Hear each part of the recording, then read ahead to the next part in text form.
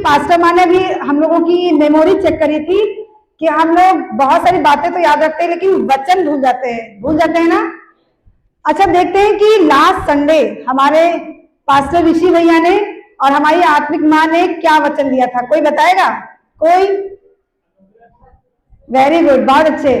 अनुग्रह पे और कोई बताएगा? हमारी पास्टर माँ ने वचन दिया था कि अनुग्रह क्या है, दिया था, याद है सबको? उन्होंने उत्पत्ति से शुरू किया था कि सबसे पहले अनुग्रह कब हुआ, और उसके बाद पास्टर ऋषि भैया ने बताया था कि हम अनुग्रह से कब वंचित रह जाते हैं, क्योंकि हम क्या होते हैं, डर जाते हैं। और हम इसी टॉपिक को आज आगे बढ़ाना चाहते हैं कि हम जब देखिए परमेश्वर ने हम पे अनुग्रह कर दिया ना, तभी तो हम प्रभु के भवन में है कि नहीं? जब प्रभु ने हम पे अनुग्रह कर दिया, जैसा कि पास्टर भैया ने वचन बताया था कि 2 कुरिन्थियों उसमें लिखा हुआ है, 1 मिनट, 2 कुरिन्थियों 12:9 में लिखा है, पर उसने मुझसे कहा कि मेरा अनुग्रह तेरे लिए बहुत है। क्या है? बहुत है। क्या है? अच्छा, एक चीज बताइए, जैसे हमारे घर में कोई चावल की बोरी दे जाए, या चावल की बोरी हम खरीद लें, 25 किलो चावल की बोरी, वो 1 महीने के लिए बहुत है कि नहीं है? बहुत है ना? बताइए। तो उस चावल की बोरी से हम नॉर्मल चावल बना सकते हैं। अगर हमें रेसिपी बनानी आती होगी तो हम बिरयानी बनाएंगे, फ्राइड राइस बनाएंगे, तहरी बनाएंगे, मतलब बहुत सारी डिशेस हम बना सकते हैं ना। अगर हमें नहीं आता होगा तो हम क्या बनाएंगे? सिंपल चावल उबाल करके दाल के साथ खाएंगे, है ना? तो आप समझिए, जब परमेश्वर ने हम पे अनुग्रह कर दिया, परमेश्वर ने हम पे जब अनुग्रह कर दिया, और फिर परमेश्वर कह रहा कि यह अनुग्रह तेरे लिए क्या है? बहुत है। मतलब लेकिन होता क्या है, अगर हम रेसिपी बनाना नहीं जानते होंगे, है ना, तो हम नॉर्मली चावल उबाल के खाएंगे, लेकिन हमें जब रेसिपी बनानी आती होगी तो हम बहुत सारे व्यंजन बना के खाएंगे। ऐसे ही सेम परमेश्वर ने हम पे अनुग्रह कर दिया, एक बार किया। पास्टर माँ ने बताया था अनुग्रह एक बार होता है, बार बार। लेकिन जब एक बार हो गया, उस एक बार के अनुग्रह की सामर्थ्य को हमें समझना है। समझ रहे हैं? हमें एक बोरी चावल तो आ गया, लेकिन हमें ये समझना है कि हम इनको कैसे कैसे पका के खाएं कि ये चावल हमें नॉर्मल चावल की तरह नहीं, लेकिन हमें बहुत सारा स्वाद हमारे जीवन में आए। वैसे ही सेम हमारा जब परमेश्वर का हम पे अनुग्रह हो गया तो हम क्या करें? हेलो, हमें तब ये चाहिए कि हम उस अनुग्रह को कैसे अपने जीवन में इस्तेमाल करें। ठीक? हालेलुया। जैसे कि हमारी पास्टर माँ ने एक वचन दिया था कि इफिसियों 2:8, आप लोग सोच रहे होंगे मैं उन्हीं के वचन को बता रही हूँ, मेरा कुछ इसमें अपना नया नहीं है।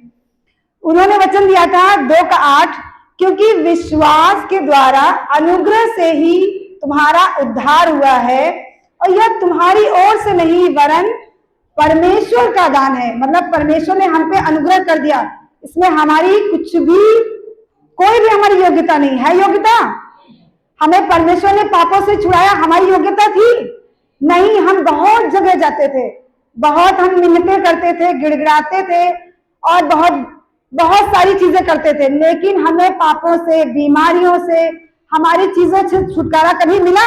बताइए, मिला? कहाँ मिला? सिर्फ परमेश्वर के अनुग्रह में। तो अगर हम परमेश्वर के अनुग्रह में आ गए तो हमें सिर्फ बीमारियों से या कुछ चीजों से छुटकारा नहीं पाना है, हमें परमेश्वर के अनुग्रह से हम बड़े बड़े काम कर सकते हैं। कितने बड़े बड़े?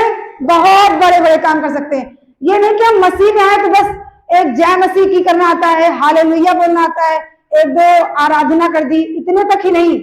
मसीह ने जो अनुग्रह के द्वारा हमें जो सामर्थ्य दी है, हम बड़े बड़े काम कर सकते हैं। अब आप सोच रहे हैं कौन बड़े बड़े काम? हमारे लिए बहुत सारे ऐसे काम होते हैं जो हम ना चाहते हुए भी सालों से कर रहे हैं। होगा ऐसा?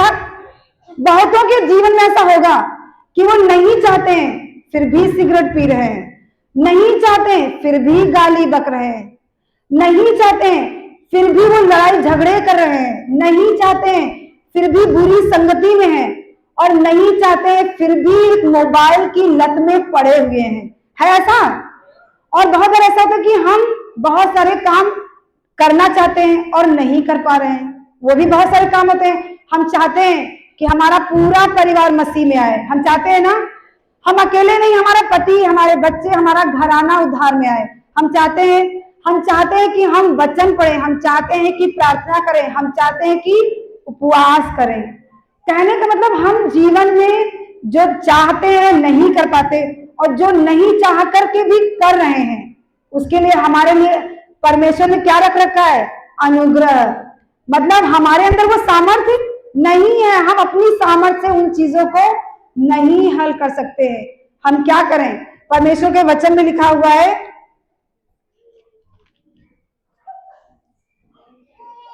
इब्रानियों के 4:16 में, इब्रानियों के 4:16 में लिखा है, सभी लोग वचन खोलिए, इब्रानियों 4:16, इब्रानियों नए नियम में है, पीछे की तरफ मिलेगा।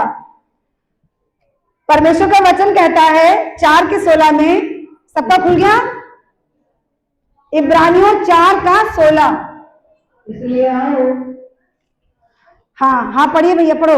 इसलिए आओ हम अनुग्रह के सिंहासन के निकट हियाव बात कर चले कि हम पर दया हो और वह अनुग्रह पाए जो आवश्यकता के समय हमारी सहायता करे। आमीन, वेरी गुड, बहुत अच्छा वचन है। परमेश्वर का वचन कहता है इसलिए आओ हम उस अनुग्रह के सिंहासन के पास चले। हम प्रभु में तो आ गए, परमेश्वर ने हम पे अनुग्रह कर दिया, लेकिन क्या है, हम अभी भी बहुत सारी समस्याओं में पड़े हैं। तो इसलिए आओ क्यों परमेश्वर ने लिखा है? आओ मतलब हमारे जो भाई बहन हैं, हमारे पड़ोसी हैं, हमारे बच्चे हैं घर में, हमारे पति हैं, जिन्होंने उस परमेश्वर के अनुग्रह में आकर के उन चीजों को नहीं जाना है, तो हम सब आओ मिल करके परमेश्वर के अनुग्रह के पास चले। अब परमेश्वर का अनुग्रह का सिंहासन समझते हैं? परमेश्वर हमारा प्रभु यीशु मसीह वो अनुग्रह का दाता है और वही उस सिंहासन पे बैठा है। तो हम कहाँ चलें? परमेश्वर प्रभु यीशु मसीह के अनुग्रह के पास चलें, उस सिंहासन के पास चलें, और फिर कहे हियाव बांधकर। हियाव समझते हैं? हियाव मतलब धैर्य, मतलब दृढ़ता के साथ, मतलब हमारे अंदर कोई डर भय ना रहे। और डर भय कब नहीं होता है? एक बच्चा होता है ना, बहुत पब्लिक बैठी हो, और उसका बीच में एक फादर बैठा हो, वो अपने फादर के पास कितनी रिस्ट्रिक्शन हो, लेकिन उसको पता है वो मेरा फादर है, वो दौड़ के पास उसके पास चला जाएगा। क्यों? क्योंकि वो जानता है ये हमारा पिता है। तो जब हम जानेंगे प्रभु यीशु मसीह हमारा क्या है, हमारा क्या है, तो हम अपने पिता के पास हियाव से जाएं और अपनी बातें कहें, प्रभु मुझसे ये नहीं हो रहा, प्रभु मुझसे ये नहीं हो रहा, प्रभु तू संभाल, है ना, प्रभु तू संभाल। क्या हुआ अगर आप आज पढ़ने लिखने में अव्वल नहीं आ रहे हैं? क्या हुआ अगर आप कोई कमाई नहीं कर रहे हैं, है ना? क्या हुआ लोग आपको निकम्मा कह रहे हैं? क्या हुआ अगर लोगों ने आपके ऊपर बांझ का ठप्पा लगा दिया है, आपके बच्चे नहीं हो रहे? क्या हुआ आपकी कोई बीमारी सालों से नहीं जा रही है? और भी बहुत सारे क्या हुए, बहुत सारी चीजें हैं जिनमें हम क्या है, फंसे हुए हैं। क्या हुआ, हम कर्जों से दबे हुए हैं। पूछिए अपने आप से किन चीजों के लिए हम परेशान हैं।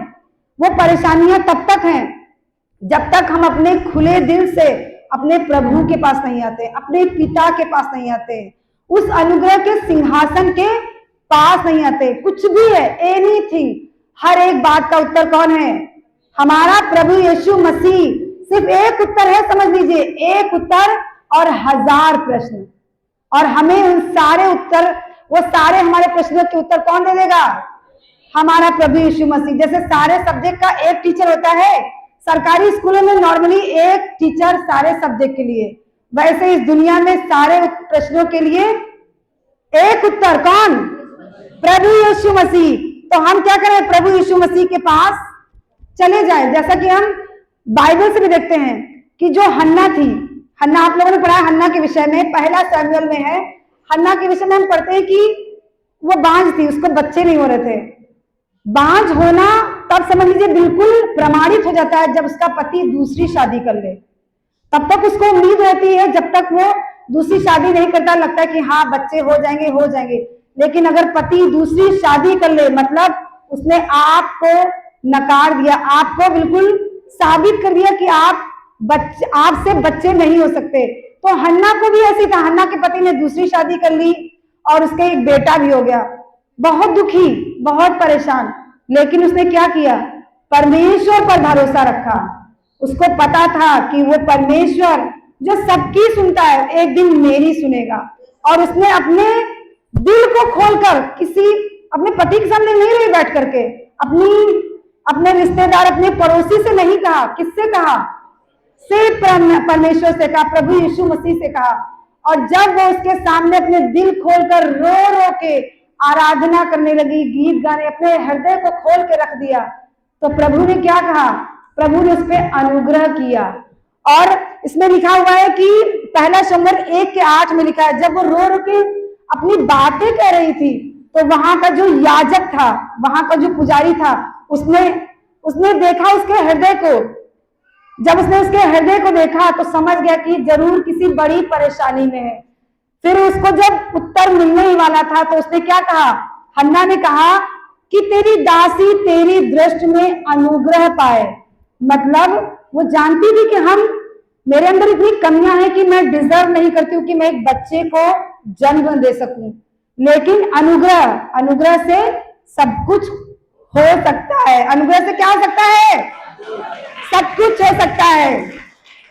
आप अगर क्लास में लास्ट आते हो, एकदम बॉटम पे, तो भी परमेश्वर चाहेगा तो आप टॉप करेंगे।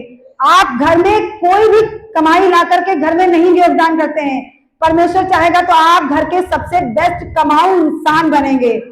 और आपके कितने भी कर्जे हैं, परमेश्वर चाहेगा तो आप लोगों के कर्जे भरने वाले बन जाएंगे। और क्या हुआ कि अगर आपका बच्चा, आपका बेटा, आपका पति, आपकी पत्नी, कोई XYZ आपका कहना नहीं मानते, आपको रिस्पेक्ट नहीं दे रहे, कोई बात नहीं, वो एक दिन आएगा जब वो आपको मान सम्मान देंगे और वो कहेंगे कि इसने हमारा जीवन बदला। लेकिन हमें क्या करना है? परमेश्वर में बने रहना है। क्या करना है? परमेश्वर के अनुग्रह में बने रहना, क्योंकि परमेश्वर ने एक बार अनुग्रह कर दिया, एक बार तो चावल की बोरी आ गई और हमें अब उसको यूज करना सीखना होगा। क्या करना सीखना होगा? यूज करना सीखना होगा। दूसरा कुरिन्थियों 9:8 में लिखा हुआ है कि परमेश्वर सब प्रकार का अनुग्रह तुम्हें बहुतायत से दे सकता है, जिससे हर बात में, हर समय, सब कुछ जो तुम्हें आवश्यक हो तुम्हारे पास रहे, और हर एक भले काम के लिए तुम्हारे पास बहुत कुछ हो। प्रभु का वचन कहता है परमेश्वर का अनुग्रह तुम्हें बहुतायत से दे सकता है, सब कुछ दे सकता है। और हर समय में, जब आप बीमार हो परमेश्वर का अनुग्रह मांगे, जब आप दुखी हो परमेश्वर का अनुग्रह मांगे, जब आप परेशानियों में हैं मनुष्यों को ना खंगाले, मनुष्यों को ना टटोले, क्योंकि प्रभु का वचन कहता है कि श्रापित है वो मनुष्य जो मनुष्य पर भरोसा रखता है। हम तो अपने यहोवा पर भरोसा रखते हैं। किस पर भरोसा रखते हैं? किसी को रथों का, किसी को घोड़ों का भरोसा, लेकिन हमें किस पर भरोसा है? यस, आमीन। आखिरी एक और वचन कहना चाहेंगे, उसके बाद हम खत्म करेंगे। दूसरा तीमुथियुस 2:1। देखिए, जीवन में समस्याएं तो हैं। क्यों? क्योंकि हम संसार में रह रहे हैं और हमारे चारों तरफ कैसे लोग रहते हैं? संसारिक लोग। हम सब संसारिक लोगों से घिरे हैं, लेकिन परमेश्वर ने हमें क्या बनाया है? क्या बनाया है? ज्योति बनाया है। क्या बनाया है? भले हमारे चारों तरफ अंधकार है, भले परेशानियां हैं, निराशाएं हैं, लेकिन परमेश्वर ने जो हमें ज्योति बनाया है उसके नाते हमें निराश नहीं होना है। और प्रभु का वचन कहता है, इसलिए हे मेरे पुत्र, उस अनुग्रह से जो मसीह यीशु में है, क्या हो जा? बलवंत हो जा। क्या लिखा है? क्या हो जा? बलवंत समझते हैं? जैसे घी, दही, मक्खन, मलाई खा के लोग बलवंत हो जाते हैं, वैसे ही जब हमें परमेश्वर का अनुग्रह मिल गया तो उस परमेश्वर के अनुग्रह से हमें क्या होना है? भले हम आज बलवंत नहीं दिख रहे हैं फिजिकली भले हम मोटे ताजे नहीं, लेकिन हम इंटरनली बहुत बलवंत है। क्यों? क्योंकि परमेश्वर ने मुझे अपने अनुग्रह से क्या किया है? बलवंत किया है। और हम कितनी भी परेशानी में है, परमेश्वर ने हमें अनुग्रह दिया है, तो हम 100% हर एक परेशानी पे क्या होंगे? जयवंत होंगे, बलवंत होंगे। आमीन। चलिए एक सभी लोग मिलकर के एक घोषणा करेंगे, सभी लोग एक साथ में बोलेंगे, ठीक? हम बोलेंगे और पीछे से आप लोग इसको रिपीट करेंगे। धन्यवाद करते हैं प्रभु, धन्यवाद करते हैं प्रभु आपके महा